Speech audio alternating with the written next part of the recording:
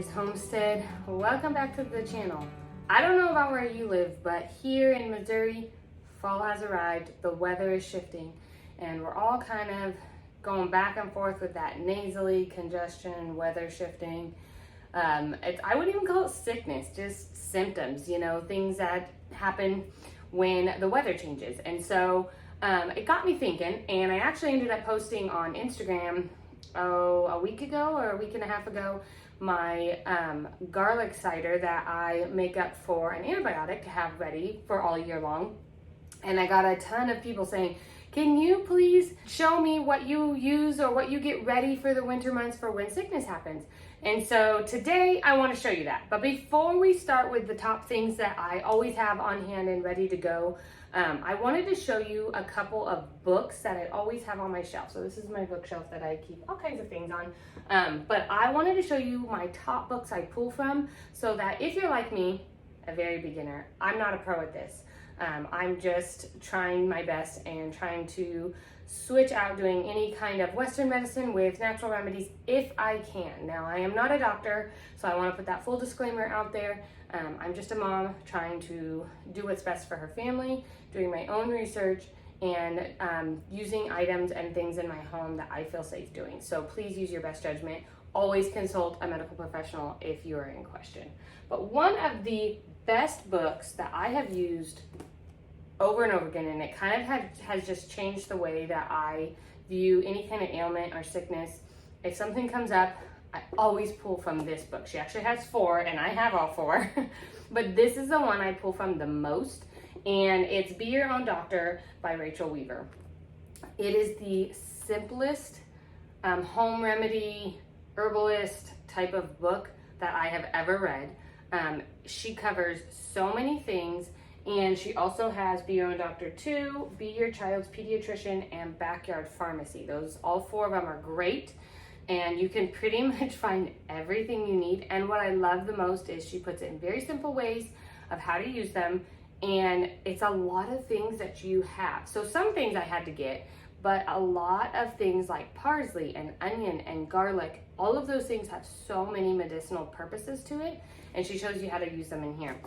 Black walnut, there's just so much in here that I have, that I didn't have to go buy, I didn't have to go get, that I can use as a home remedy for different kind of ailments that actually work. So this is a really good book. I'll link it in the show notes.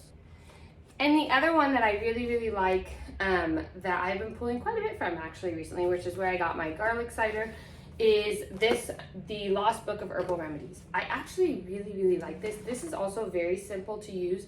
Unlike Rachel's book, it kind of gives you stories and different testimonies on how things worked, and it kind of goes through by ailment and by item as well. But this one, you can just look up either one, ailment or what you're looking for, say garlic, and it'll give you a whole list of things, what it looks like, the identification, edible use, medicinal use, what it's used for, and then a recipe usually on what to make to be able to use it. So I really, really like this book. It's also very simple. I'll link it in the show notes.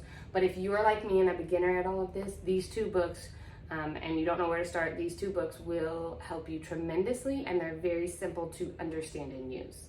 So let's get started on what things I have ready, because one of the biggest things with using home remedies or using an herb or herbal medicine that people struggle with is that we tend to, especially us beginners, tend to not look for a solution until we have a problem. So that is really not a bad thing, except for in herbal medicine, a lot of times you need to have your tincture made up 4 to 6 weeks beforehand, or just different things beforehand.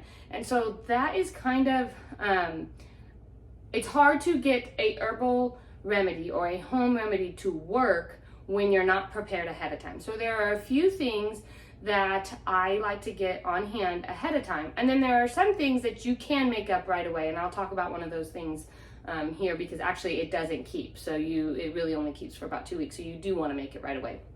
But we're just going to kind of move around my house on where I store them.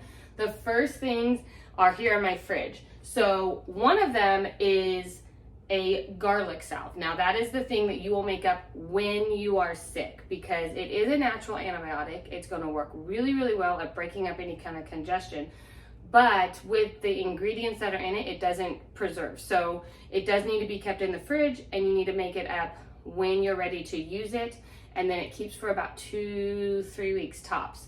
And I do have a recipe out on that on the blog, so I'll link that in the description if you don't know how to make it.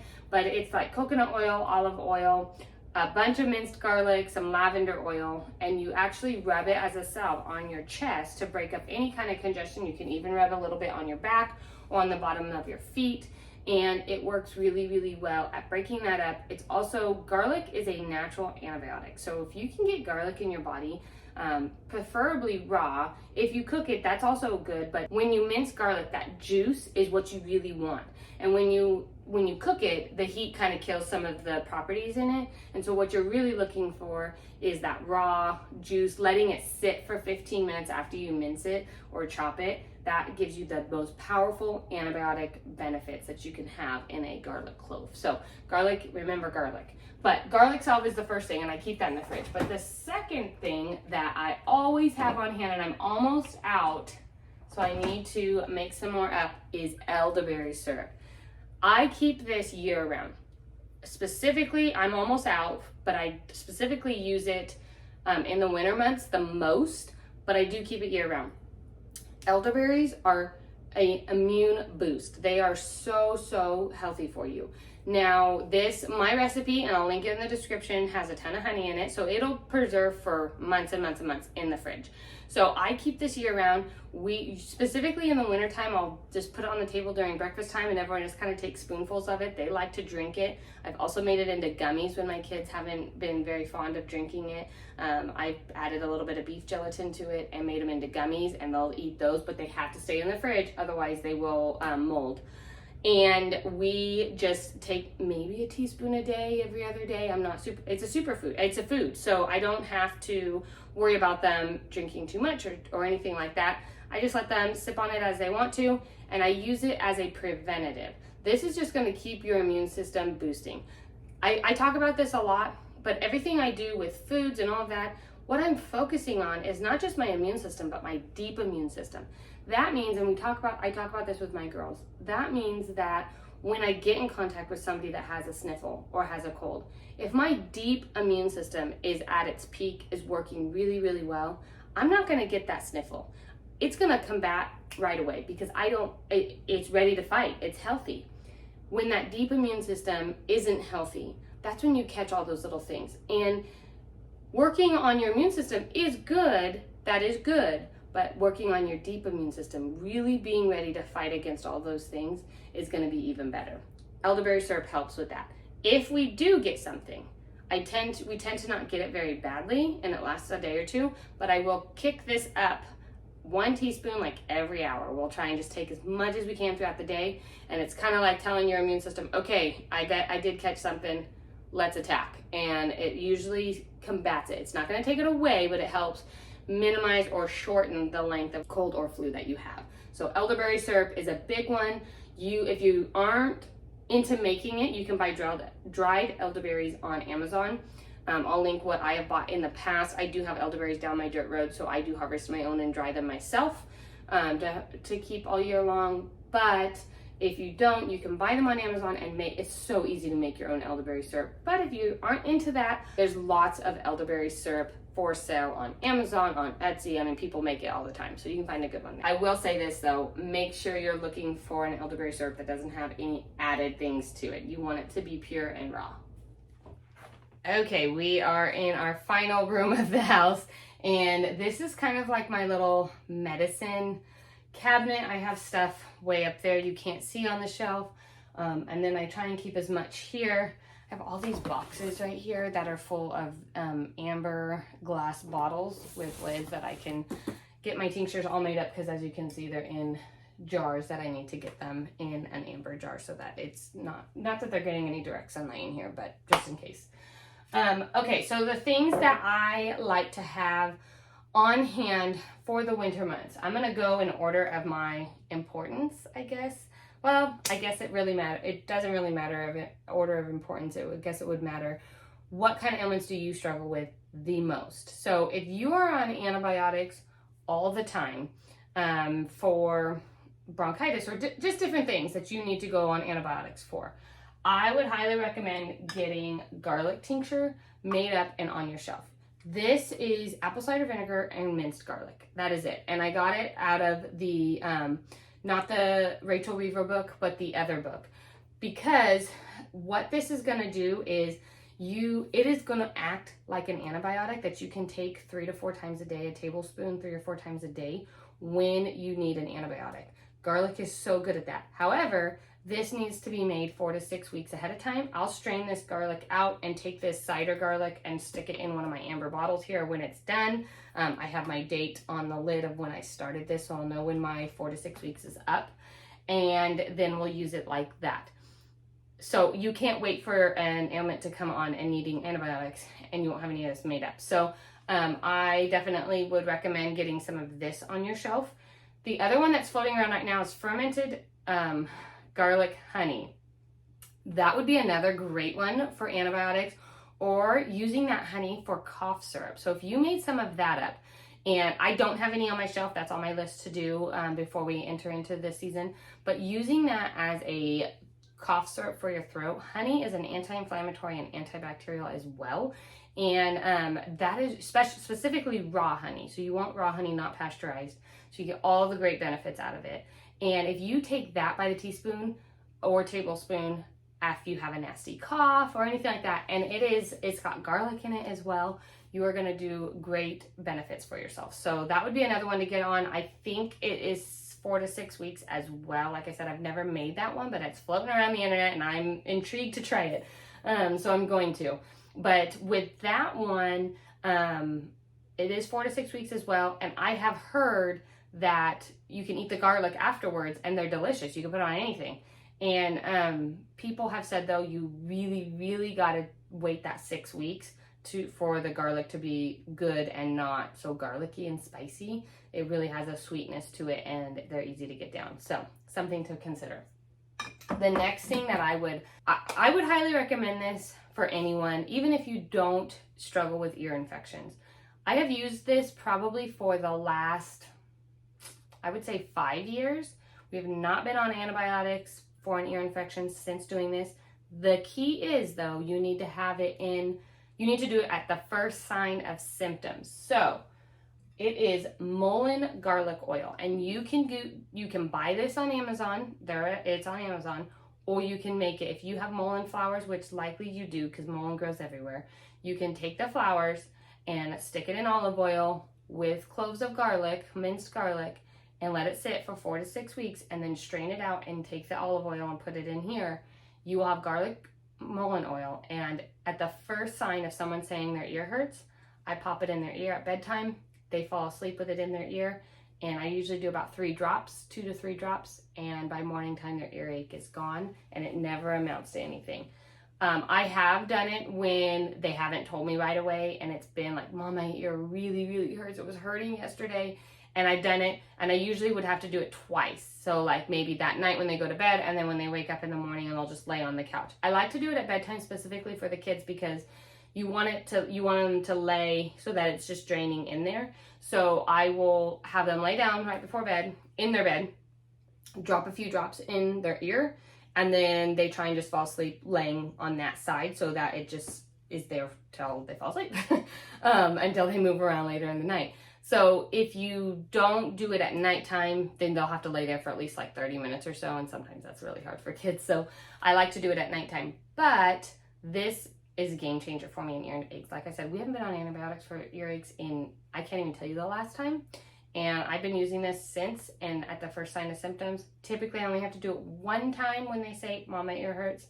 If they don't tell me right away, sometimes I have to do it 2 times the next day. There are 2 more that I would say are something that you may want to get on your list or in your cabinet and made up, because they are things that take 4 to 6 weeks to steep, and then you'll have it ready to go. I don't use them a ton. I use a lot of essential oil, so I tend to grab those faster than I grab these things. But it is nice to have on your shelf when you're just scrounging for anything when somebody is sick. One of them is digestive tonic, and you can find the recipe for that in the Rachel Weaver book, Be Your Own Doctor. And this is for any kind of tummy problems. And that is something that we will use when they have tummy aches. However, when it's just kind of a little tummy ache, a lot of times I tend to go towards an essential oil like ginger or something like that and put it on their stomach, just rub it right on their stomach. And that usually does the trick. If it's not, I will stick a teaspoon of this or a half a teaspoon of this in some juice or something like that for them to drink. They like me to use, they don't like to drink all of my concoctions. So they're not super children that just, I get asked that all the time. How do you get your kids to take it? They're just like every other child. They fight it sometimes and they don't like it. They don't really love hot teas and things like that. They do trust me in what I'm doing, and so they will try stuff, but they don't love it. And so if I can rub an essential oil on them, that's going to do the same thing. They don't fight on that. So I do tend to go to that. But digestive tonic will work really quickly, and it is a good one to have on hand. The other one that I do is echinacea tincture. And this is just for sickness. So it's kind of the same thing as an elderberry syrup. They like the elderberry syrup better than this, so this is more for me. But you can take a couple teaspoons and put it in some juice or tea or something like that and take this at the first signs of sickness. Now, using home remedies and herbal remedies, you're going to have to do it more often than if you were to just take some kind of medicine because they work differently. But they are very effective if you use them properly and you use them where you are taking them, regularly. And at the first sign of symptoms is big. It's a key thing to be able to combat it before it really sets on and it's hard to come back from it. I always say it's best to be proactive rather than reactive. Okay, so the last thing that I'm going to talk about is just kind of a few things. They're not really a tonic or a tincture or anything like that I get on my shelf, but some things that I just always have to be able to use that are talked about pretty often in that Rachel Weaver book, and so I like to just have it, and that is garlic and onions. I cook with those all the time too, so I always have lots of those on hand because you can do a lot with that, and they are really, really good medicinally as well. One of the other things I always have is activated charcoal. This is really, really good for digestive things. So if you have food poisoning or something like that, you can make up, like they call it, I think it's called a slurry or gray water, but you mix a little bit with water and you try and drink it, and it will help with diarrhea, stopping that, and it just helps with your stomach pulling out those toxins and getting them out of your body. So I always have that. If you get a bee sting or something like that, making a little paste of raw honey with activated charcoal and putting it right on the bee sting will pull out any kind of toxins out of it, and it'll make it to stop right away. So I always have activated charcoal, a lot of it. I've had this for a long time, and I just keep it in this airtight container, and I haven't had to buy any. This is the first time I've only bought it once, and I'm still going strong with it because you don't need a lot when you're using it internally, or like for a bee sting or something. You don't need a lot, but I always have some of that. Some mustard, that's another thing. You can make like a poultice with mustard powder. Get it at the grocery store, mix it with a little bit of flour and some water, and you can put it on towels, make a little paste, and put it on your chest. It'll do really, really well with a heat pad over it, breaking up any kind of yucky congestion that's sitting there. It does get really warm, so if you're doing it on a child, be very careful. But I always keep some of that on hand. This is also in the Rachel Weaver book, and that is the deep tissue oil. This is a really, really good oil on your chest, on the bottoms of your feet. When you have any kind of hard time breathing or congestion or anything like that, this is a really good oil to have on hand. And the last thing that I always keep on hand are different kinds of teas. So peppermint teas, ginger teas, chamomile. Those are all some great teas. I will post the link to my blog post that shows the 5 best teas that we use in our house. Like I said, my kids don't absolutely love teas. I do, so I use them a lot. If they're really sick, they will drink them. But they are such a great way to just get something warm into your body, and herbs can be so powerful when they're used right. So I hope that this video was helpful. I hope that it gave you some ideas of how to get your medicine cabinet ready for the winter months and what's up ahead with all the sickness coming. Hopefully we all have really healthy winters and we don't have to use any of this stuff, but it's better to be prepared than not. So I hope this video was helpful and you were able to gain some new information. Like I said, I'm not an expert. I'm just learning like the rest of you, and getting good books and watching good YouTube videos. The Homesteading Family has a lot of good herbal. That's actually how I got started. Was I started watching, I did one of her free sessions and got to just see how you can use some really easy things to help combat stuff. And then I started using it in my family and it worked. And so I am a firm believer on it. I'm not against Western medicine, but if you can do these remedies first before having to go to that, then I will try it first. So I hope this video was helpful. Make sure to like and subscribe to the video. I send out one new video every single week. Jump on over to the blog. The link is in the description, and become an email subscriber and join our community over there. I send out one email a week over there with different recipes and farm life, homesteading tips, canning recipes, some healthy herbal stuff too. Not that I'm an expert, but I do send some of the stuff that I'm learning over there as well. So join our community over there, and I will see you next time. Take care.